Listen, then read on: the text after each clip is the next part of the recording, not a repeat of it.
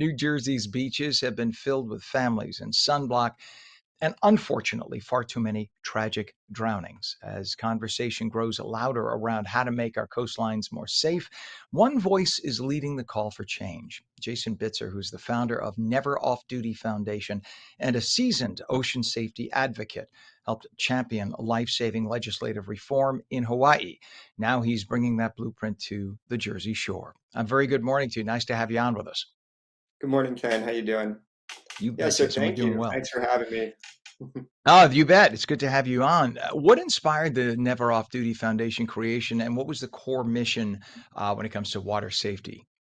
Well, I'm actually from Manasquan, New Jersey, and all over Monmouth Oh, County, but I had lived in Hawaii for the last 22 years, and there was two things that were happening simultaneously. There was a lot of kids in Hawaii that were kind of wayward kids, at-risk youth, surfers looking for job creation, looking for careers, and we wanted to take a barrier to entry out of their way and give them lifeguard certification to get them into entry-level first response jobs. The other thing that was happening, which is likened to what's going on in New Jersey, is after hours drownings when the lifeguards would go off duty. A lot of times it was young children, unsupervised and things of that nature. They would drown because there was no lifeguard services. So we advocated for longer hours. We called it sun up to sundown hours, and we went to legislation. And we got that passed. It took us about 3 years, but it turned into state law where they would have extended hours for lifeguarding, 24-hour dispatch, and just kind of professionalizing the career of lifeguarding and making it a much better and conducive place for water safety all around the island. So there that's you where it kind go. of stemmed. Well, that's a very good thing, and it's so important, I think, to teach young people that the ocean looks like a lot of fun. It's great. Look, during the day when there's supervision and other people around, that it can be dangerous enough. We know with rip currents and whatnot, but at least For there are sure. people around in case of an emergency. But when it's night, when you can't see, in the event you Mhm. need to be rescued, there's no light. There's zero light. It's a very dangerous place. I live literally on the beach in Fort Lauderdale, so I Mhm. lived there for years, and I lived in Florida full time for many Mhm. many years. I spent more than half my life on the beach in Florida, Mhm. and we have a rule down there. I'm sure it's the same everywhere. The rule is Yeah. you swim 9 to 5. You never go in the water 5 to 9. So 5 p.m. to 9 a.m. because of sharks, because of no present Yeah. lifeguards, etc. Stay out of the water. You want to look at it from the sand? Have at it. Do not go in the water 5 p.m. to 9 a.m. because the It's a temptation is great there, rule of especially thumb. in the summer. Mhm. Yeah, right. And So it's just have all the fun you want in the day. Just don't go crazy and go in at night. yeah, so that's the thing that we're trying to get ahead of, and that's the reality. Is you'd always swim near a lifeguard.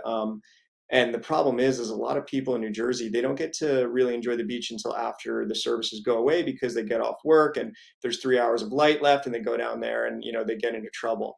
That was happening in Hawaii a lot too. And the reality is, in summer, there's only so much of it. It's a scarcity thing in New Jersey, so people want to enjoy it when they can.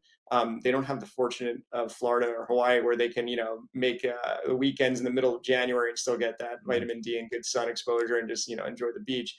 They go and they go, and hazards happen when when they happen. So we just want to really do a couple things here. We have a gala actually on September 12th, and it's for free swim lessons for underserved and underprivileged youth that can't afford them. So we're going to be giving them also swim gear and swim lessons next year. We want to do a disadvantage and just uh, a junior guard program where people can get bussed in. So the non-coastal towns, because a lot of the coastal towns in New Jersey have great junior guard programs.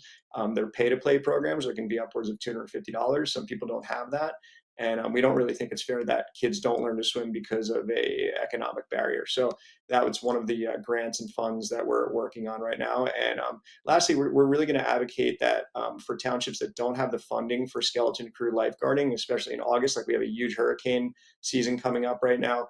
They're short staffed and they can't do after hours. We want to find Mhm. funding so that way they can alternatively do split schedules to cover the sunrise hours. So at least there's a strike team. So that could prevent, because lifeguarding is a preventative profession.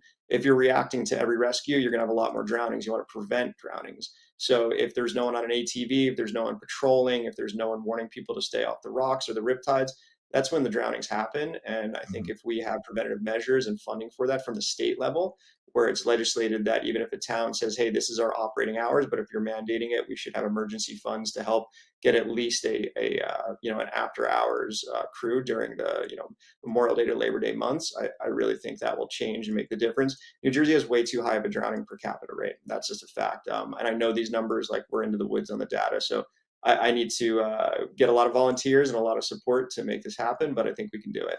Um, Dan, my mother-in-law was a teacher. She just retired. She was a teacher in South Florida for years, and it was water safety was one of the things you taught in school. It was just yep, you think, well, of course you're going to teach that in an area like South Florida. Now, in Hawaii, do they have legislation? I know you made a big impact on changing the legislation for longer sure. lifeguard hours and mandatory water education. So is that now a mandatory thing so that all kids learn that in school? It is actually. So we started it Good. on our own. We created this book called The Barefoot Brigade. It's a series. So we want to do lakes, rivers, and obviously the ocean because that's where our focus is. But we give this book out to elementary schools.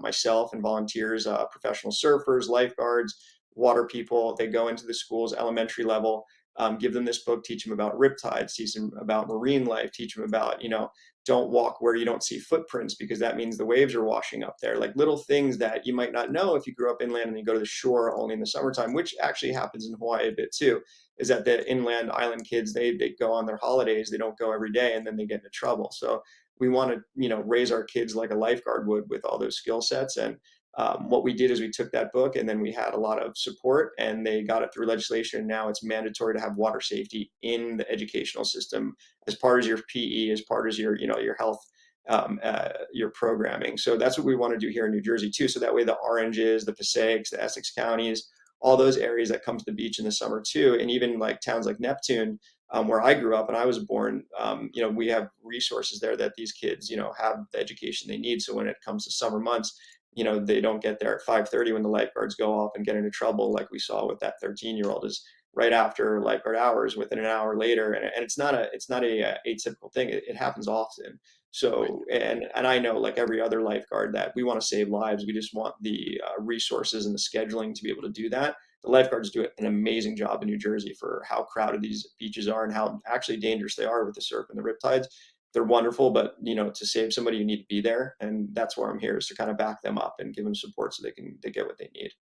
Yeah, my dad was a police officer for a chunk of his life, and I remember him telling me many times we've had this conversation because he taught my brother and me to swim at like 2. He literally just Mhm. did the throw you in the water and stood there and help you, let you kind of flounder and learn to feel yourself up. And he made it so that water was just natural to us from when I was a Yeah. baby, which is why I guess I wanted to live there because that was always part of my life.